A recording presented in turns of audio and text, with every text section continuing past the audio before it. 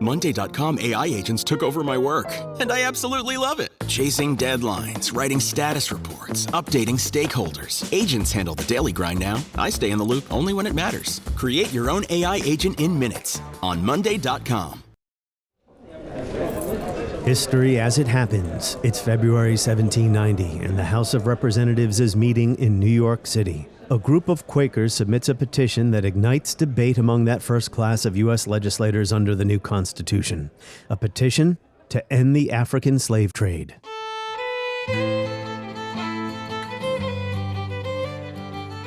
This scene is brought to life by the historian Joseph Ellis in his latest book, The Great Contradiction, The Tragic Side of the American Founding. The next day that February, a second anti-slavery petition arrived from the Pennsylvania Society for Promoting the Abolition of Slavery, written by its president, Benjamin Franklin. Mankind are all formed by the same almighty being, alike objects of his care and equally designed for the enjoyment of happiness. All people were entitled to the blessings of liberty without distinction of color, the petition stated. It called on Congress to end slavery, not at some distant point, but now.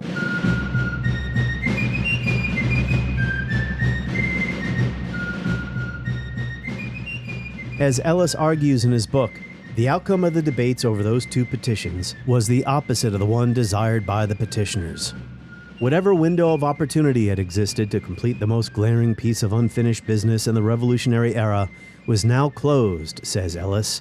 But the debate itself did not die. It moved from the political arena to the churches, where slavery would come under scrutiny as a sin requiring a national purging, and where the oral debate would not be burdened by realistic political considerations about the possible dismemberment of the emerging American Republic. From a purely moral perspective, if that was the price to pay for salvation, so be it. The failures to end slavery in the new republic's early years and to reach a peaceful accommodation with native peoples east of the Mississippi River as land-hungry white settlers invaded their lands. These are what Joseph Ellis says are the founding's tragic side. But should history have been different? Joseph Ellis, welcome back to the podcast. Hey, it's always a pleasure to be with you, Martin. You know, I did a series for the semi-quincentennial birthday number 250. I wasn't able to get you on prior to July 4th to do that, but I had to read your book first. But you know, I intend to continue to do shows about the American Revolution and its enduring and contested meanings for the rest of the year. But let me start, though, with this question. Why did you write this book, The Great Contradiction? Well, I had written a book previously called The Cause, and it had a subtitle, The American Revolution and Its Discontents. I hadn't really focused much on the discontents, the things we failed at. And in some of the published reviews of the book, people said, my God, Ellis is the historian of the founders, and here he's talking about how they failed. But remember, all the work I've done on the founders, and I've obviously focused on them quite a bit, is that they are not mythical figures. They're, like us, imperfect human beings. And in this case, I'm going to show where they failed as well as where they succeeded. They did both. You've got to be able to hold two ideas in your mind simultaneously and still function. One of the things I want to let your viewers hear is that the United States faced a unique dilemma in 1776. Not only went into war against Great Britain, but also that if you owned slaves in anywhere in England, in Great Britain, in France, and you were forced to free them, where were they? They were an ocean away in the Caribbean and Latin America. If you free them here, they're your neighbors, and they're 20% of the total population. And so the issue at stake isn't just, should we end slavery?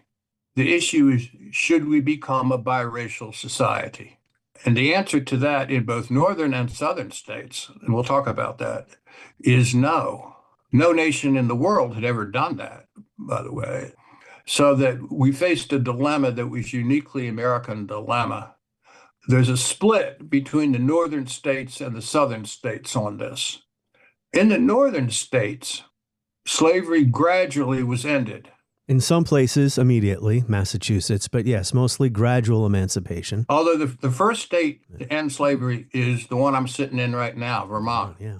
And it not only ended slavery completely, it also ended the property qualification to vote.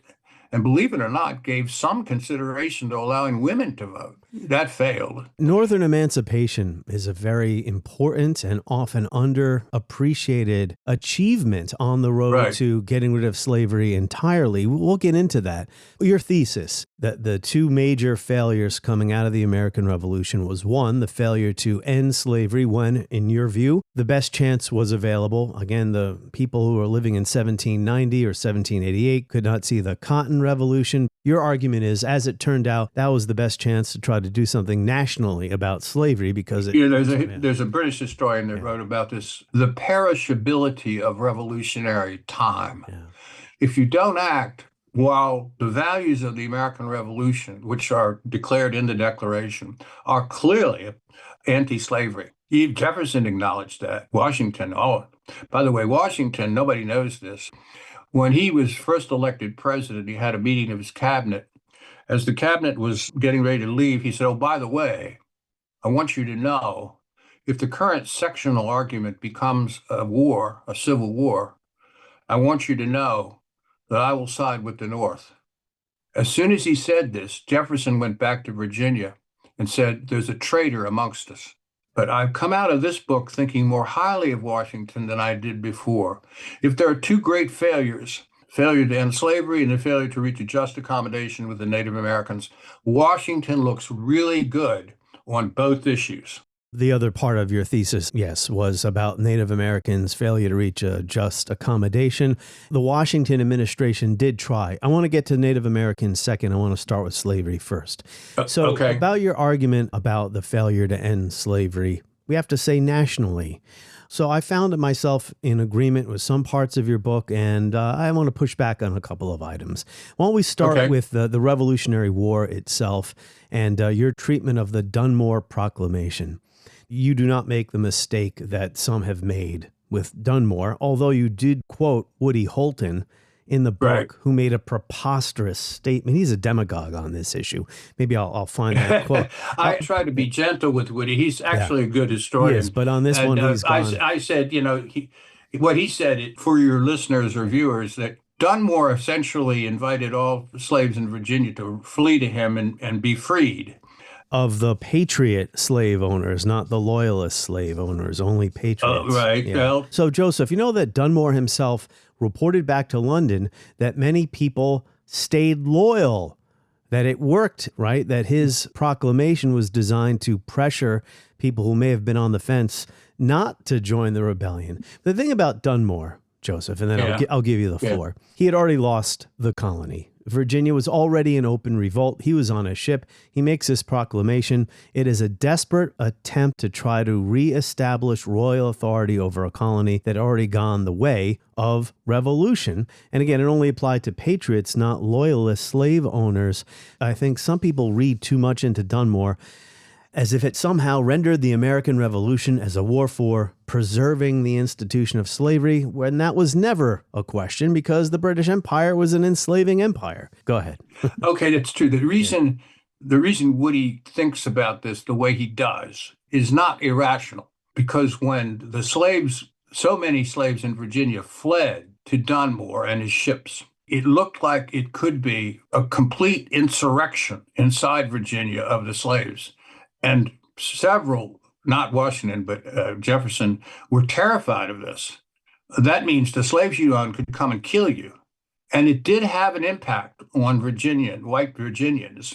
What I say about this is that most of the slaves that fled to Dunmore died. Yeah. Over half died of smallpox because they had no immunity. And when they did come upon this one island where he had kept them for many months, there were 2,000 dying or dead African Americans there. Yeah, smallpox. Over half of the African Americans who fled to the British side during the war died of smallpox. Well, I think your point that it exposed a contradiction within the cause is correct. No one would disagree with that. And of course, Virginia, North Carolina, South Carolina, Georgia slave owners had no interest in seeing their slaves run away. That included George Washington as well. But this is what Holton said about this. And I want to move on to the Constitutional Convention, some of your other arguments. Holton said, no document, not even Thomas Paine's Common Sense or the Declaration of Independence, did more than Dunmore's proclamation to convert the white residents of Britain's most populous colony, American colony, to the cause of independence. It's an exaggeration. Yes, yeah. That's a preposterous statement. It's not just it's preposterous. But anyway. Well, it's not completely preposterous. Okay. And if Woody were here, he'd have to defend himself. Yes. But it was true that the Virginians, Madison, Jefferson, were worried that this was the beginning of slave insurrections inside Virginia. And they were vulnerable to that. Sure. And it did scare them. If you were a slave in the Northern Carolinas or Virginia, and you wanted to escape, where would you go? There was no place to go. Yeah, the opportunity came when the British arrived in the South. That's right. Yeah. It's the first opportunity to do that. There's one of Washington's slaves who flees to Dunmore, ends up serving in the British Army, ends up escaping eventually and living out his life in Africa. Some slaves did escape. The vast majority of slaves who then they brought their wives and their children, they all died. Disease was rampant. So the Constitution and slavery, compromise or capitulation? All right, here's the dilemma. The only way to end slavery in the freed American colonies is to create a federal government capable of making domestic and foreign policy. Domestic policy includes slavery, okay? That's the dilemma they have. If, however, they put slavery on the agenda during the convention, the Southern states will never approve ratification. Therefore, they have to find a way to postpone the decision.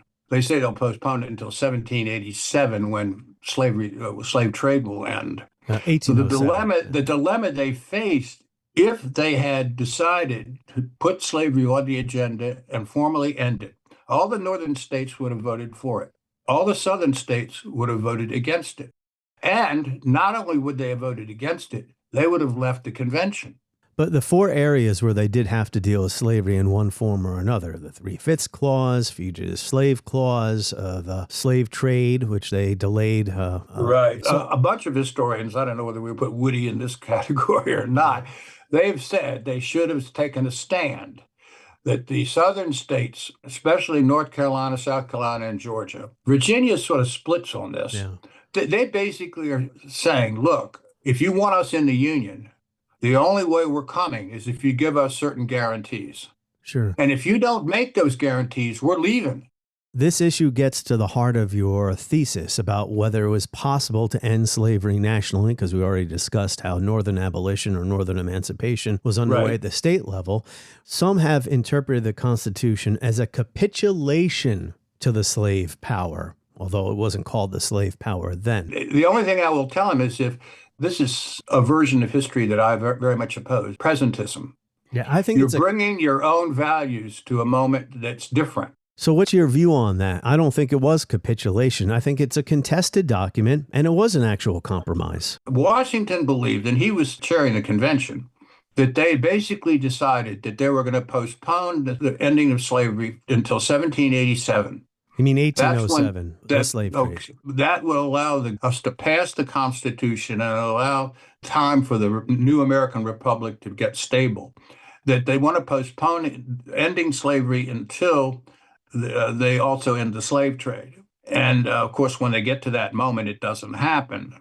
That if you had done what many presentistic historians want, you would not get the Constitution, period. All the northern states ended slavery. It was gradual. The first to go was Vermont. The second was Massachusetts. The last one is New Jersey. When they ended slavery, what did they do? All the freed slaves could not vote. They could not live with whites. Most textbooks say that racial prejudice, or not, what is it, was created, came about after the Civil War. No. Yeah. Kate Mazur's book, Until Justice Be Done, does a great job of charting all the state-by-state battles for civil rights that were initiated largely by these free black communities, Right. black communities that were created by Northern emancipation. So I guess I disagree with you a little bit when you talk about the failure of the founding generation to end slavery. In other words, it depends on who you're talking Yeah. about. I Because think Jefferson is going to fail you. Washington's not going to fail you. Madison's going to fail you. So Jefferson's that views were really, I was disappointed anew reading the end of your book about Jefferson. As he got older and older, he became more strident and, well, it's just disappointing given the quality of that man's mind that he didn't move further you there. know, I don't call for the destruction of the Jefferson Memorial. I've written a book about him. Yeah. It was a good book, and he wrote the magic words in American history. But the thing that's really off-putting about Jefferson is that Jefferson believed that blacks and whites could not live together. The interaction of the race would create an inferior race. Yet, Even though he is living. He Yeah. is living at Monticello and producing children. Monticello is a laboratory for racial interaction. Jefferson's the Mona Lisa of American history, and he's like the dirigible above the Super Bowl, flashing inspirational messages to both sides. But I can tell you, if you go out there in the world and you say something very critical about Jefferson, a lot of people are going to start screaming at you, and because I've had that happen. So let's go from your treatment of the Constitutional Convention, which takes up a good chapter of the book, to the first Congress, because this is really where you say the opportunity was missed. Quakers made a couple of petitions. The first one was to end the slave trade now, even though it's plain inside the Constitution that Congress would not have that authority until 1807. And then the Quakers made another petition saying Congress should abolish slavery nationwide now. It has the power to do this. Well, what was the outcome, and how does that outcome support your thesis? Well, there is a petition to the Congress. The southern states go nuts with this, say, I thought we agreed at the Constitution. And it is essentially they put it into a committee, then Madison does his magic. The original view is that we say we're going to not discuss slavery until 1807. And he changes it to say we can never discuss it. It's off the agenda. If God were in the details, Madison would be there to greet him upon arrival. And he's the kind of guy that works wonderfully in these moments. Madison goes from being an American to being a Virginian. So that's the so-called federal consensus. So these petitions come up in the early Congress, 1790. There's another one in 1792 that gets withdrawn because the Congress agrees, as you write here, that at the Constitutional Convention, it was agreed the federal government cannot interfere with slavery in the states where it already existed. That so-called federal consensus is not explicit in the Constitution. No, it's not. That winds up being slavery's most powerful defense. Especially the South Carolina delegate says, we would have never signed if we didn't feel we got this agreement. So it was an understanding, but it wasn't put in writing. That's correct. Remember, at the Constitutional Convention, there was no record. And most of the conversations on slavery and occurred out of doors in restaurants and hotels. And so people who had been there said, we know that we thought we got this commitment from you not to raise this issue. You write here, the final report passed by the House placed any congressional debate over slavery in the southern states out of bounds forever. What had begun as an initiative to put slavery on the road to extinction had been transformed into a decision to extinguish all federal plans for emancipation. You go on to say, when another Quaker petition came forward in 1792, William Lawton Smith referred his colleagues to the debate of 1790, observing that the House had then decided never again to allow itself to become inflamed by the mere rant and rhapsody of a meddling fanatic, and concluding the subject would never be stirred again. So that was the big missed opportunity. I'm being a little bit melodramatic here, but once they make that decision, the Civil War becomes inevitable. So that my thing about the failure of this generation, it has huge consequences. I guess I'm wondering what they might have done differently, considering, as you said before accurately, had the anti-slavery people taken a more forceful position or pushed their cause harder, the southern states would not have agreed to the Constitution at all. So that's right. They were in a bind. That's the Ellis position. I think it's pretty clearly true. One more thing about slavery, and then we'll move on to Native Americans. The fascinating story of Alexander McGillivray. Last thing about slavery, I just discussed this with Sean Wilentz recently, Joseph, our friend Sean. I know that you guys have different views on some of this.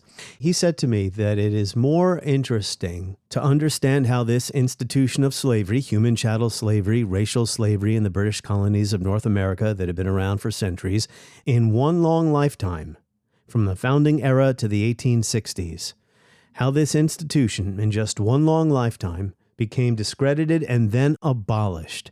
That story is more interesting than the story of how slavery had been around for centuries beforehand. I guess the point is the American Revolution gave rise to organized anti-slavery politics. I hear him on that. And, he's really focused a lot on the early 19th century. And the way I put it as a historian of the founding is more negative or more critical. Again, the dilemma the Americans faced is distinctive because they forced a decision not just to end slavery, but to create a biracial society. And the white population as a whole, in both North and South, were unprepared for that. The book on the northern states that I really like is a book called Bind Us Apart. Okay, that the total white population, North and South, in the United States was unprepared to accept African Americans as equal citizens. And the notion of living alongside them on equal terms was unacceptable to both Northern whites and Southern whites. And I speak as a Virginian here, and my wife is from, believe it or not, Mississippi. But that the Northern states don't get off the hook on this in the Ellis view. William Freeling called Jefferson a conditional terminationist. He wanted to terminate slavery, provided the right conditions would come about, and they never could come about in his mind. That's correct. The conversation with Joseph Ellis continues in a moment. Tap subscribe now in the show notes to skip ads, or go to historyasithappens.com to sign up. Support the podcast and never listen to ads again.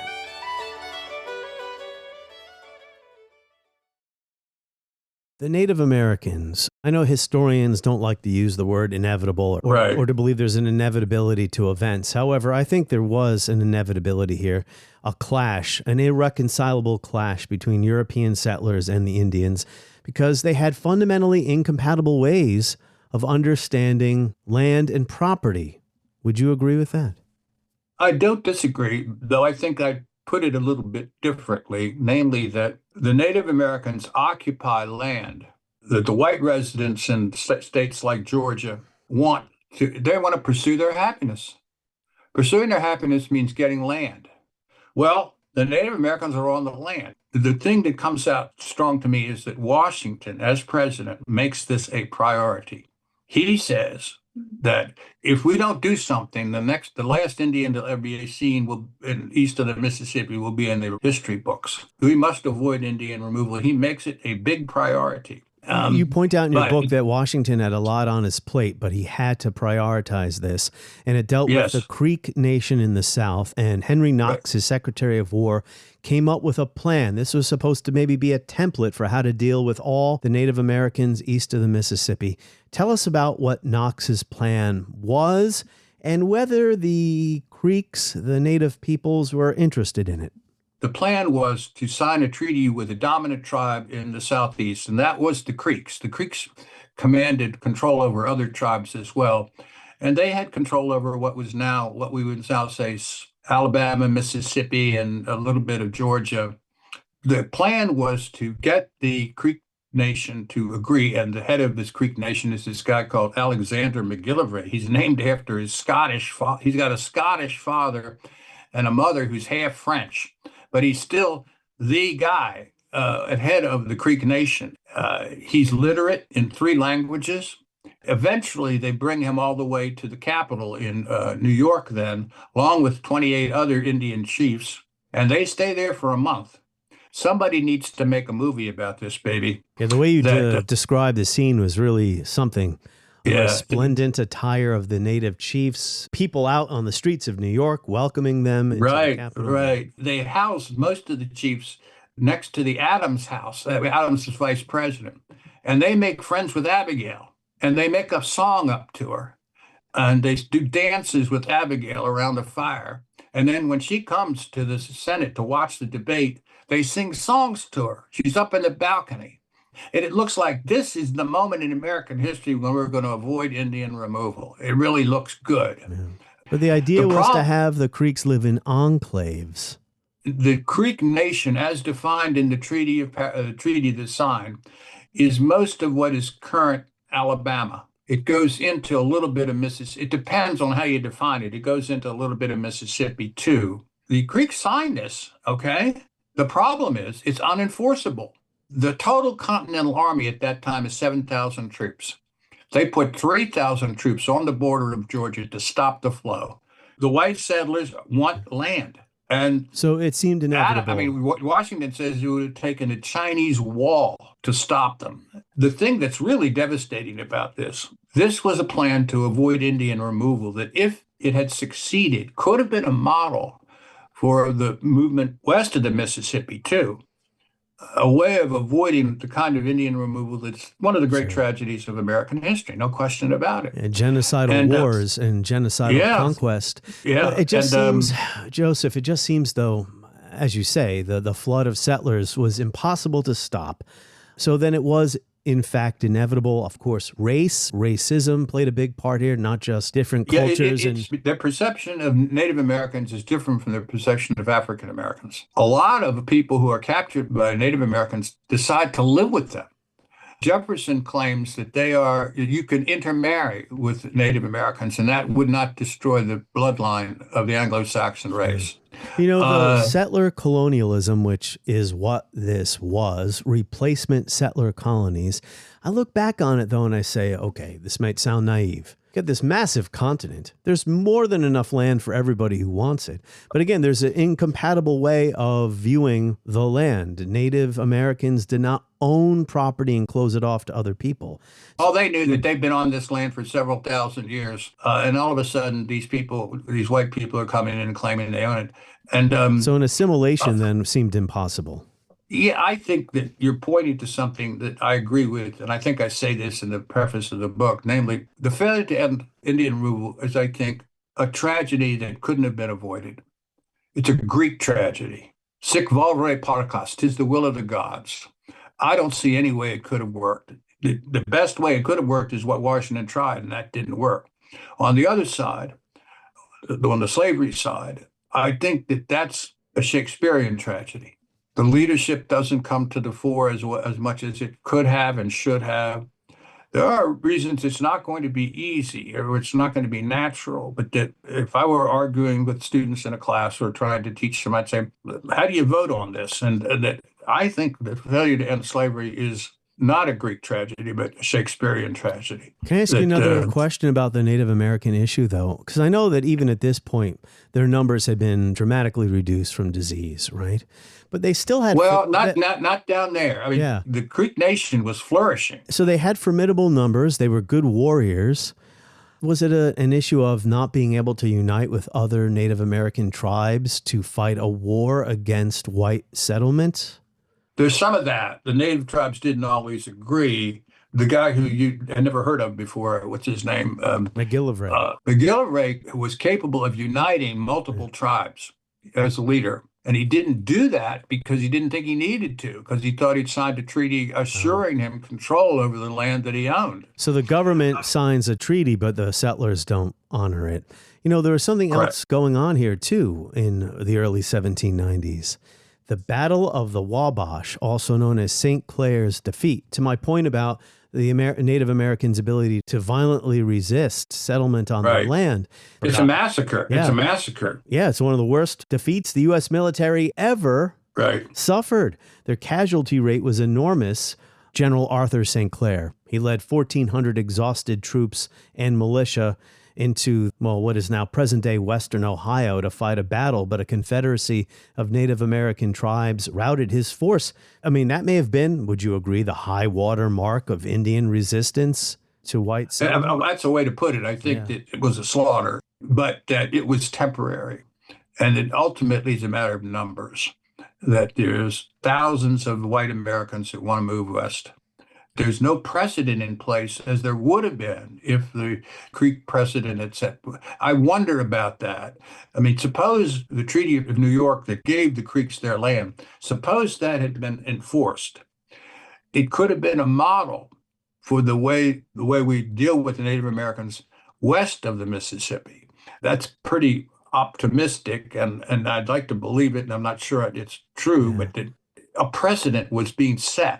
But might have been, that didn't happen, and it fits into the Ellis argument that there are two great tragedies. One here is a Greek tragedy, and that's the Native American tragedy. You know, in all these episodes I've done, Joseph, about the semi-quincentennial, I tend to take a positive historical view of the American Revolution, but I don't think any Native American tribe could see that as a positive development in history. Yeah, the great loser in the American Revolution was not the British. The British go on to become the dominant empire in the world. The big loser is the Native Americans. Two things are true. The American Revolution was an extraordinarily successful movement, not only militarily, a miracle. I mean, how can 14 colonies come together who never cooperate to defeat the dominant military and economic power in the world? And secondly, the argument for independence. Why is the American Revolution a revolution, he says? It's a revolution because it reverses the tectonic plates of Western political thought. Power does not flow downward from God to kings, but upward from that mythical group called the people to their elected representatives. That's Jefferson's second paragraph in the Declaration. Yeah. That is huge. And a group of leaders emerges. None of them is perfect. If there had never been a war, you'd have never heard of George Washington. And imagine that. And they rise to the occasion. They win this war, and then they create a nation state. Remember, it takes 11 years. There's two foundings. One is when we declare independence, and the other is when we declare nationhood. And it defines the republic as the dominant. Over the next century, all the Western European countries become republics. It defines the republic. And by the way, in this upcoming elections, the midterm elections, the republic is on the ballot. I want to close by asking you a question about what is happening now, if you don't mind. And it deals with history and the teaching and understanding of history. You know, your book is meant to challenge Americans to look differently at our past, to deal with the legacies of slavery and native dispossession. Just the other day, the Trump administration announced they're going to put signs up on National Park Service property outside the Smithsonian Museum of American History, saying that the exhibits are inaccurate. Yeah, I know.